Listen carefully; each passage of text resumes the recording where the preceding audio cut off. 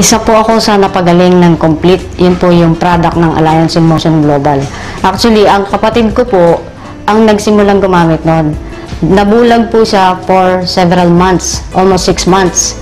So, nang ma-introduce sa kanya yung Complete, nag-try siya, 2 boxes lang ang ininom niya. Nakakapagtaka, nakakita ulit siya. And then, after po noon, February last year, na-diagnose po ako na mayroon akong breast cyst sa dalawa. At the same time, meron din, na-diagnose din po na meron akong scoliosis. Bedridden po ako ng 5 months. And then sabi ko, kung napagaling yung kapatid ko, bakit hindi ko itry? Nag-decide po ako na mag-take ng Complete kasi talagang sobrang hirap na. Pakiramdam ko mamamatay na ako kasi parang may nakadagan sa dibdib ko.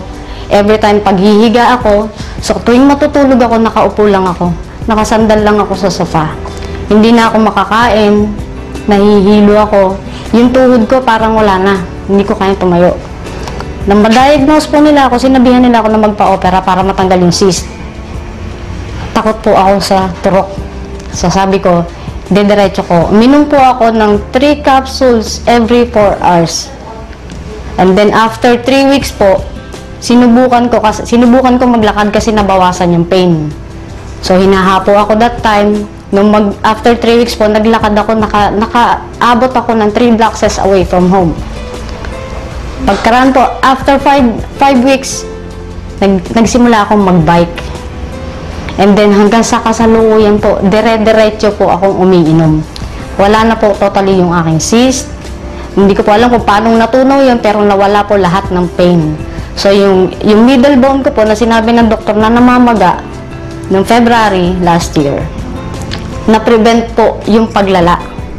So lahat ng pain na naramdaman ko, kung mararamdaman nyo lang yung sakit, parang hinihiwa yung likod ko mula sa batok ko hanggang sa dulo sa ilalim.